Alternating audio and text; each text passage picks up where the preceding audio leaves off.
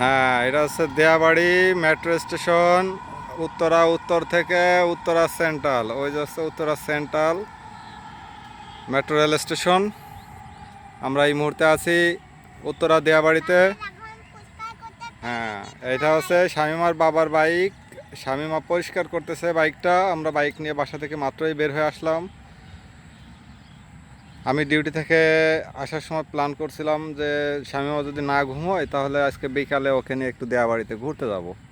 বিকালে যেহেতু ফ্রি আছি, তো বাসায় আসলাম, দেখলাম শামিমা দুপুরে লাঞ্চ শেষ করে মানে গরুর দুধ ও প্রতিদিন দুপুরে খাওয়ার পরে একটু খাই ঘুমানোর আগে, দুধ খাচ্ছে। তো ওকে বললাম যে আম্মু চলো আমরা একটু বাইরে থেকে ঘুরে আসি।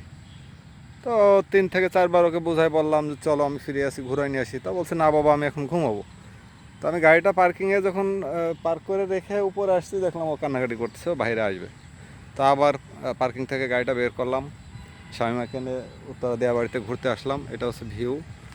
মোটামুটি ঢাকা সিটির ভিতরে এই জায়গাটা ছিল অনেকখানি জায়গা, অনেক ফাঁকা। হ্যাঁ, সুন্দর পরিবেশ ছিল। এখানে মানুষ আসতো, ঘুরতে আসতো বিকালবেলা ফ্রি টাইমে।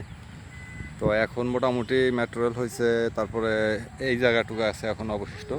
ওইগুলো হাউজিং হয়ে গেছে, ওদিক দিয়ে জায়গাগুলো সব ফ্লাপ হয়ে গেছে। এখানে একটা নদী আছে ছোট খালের মতো। হ্যাঁ বাবা রে, পরিষ্কার করো।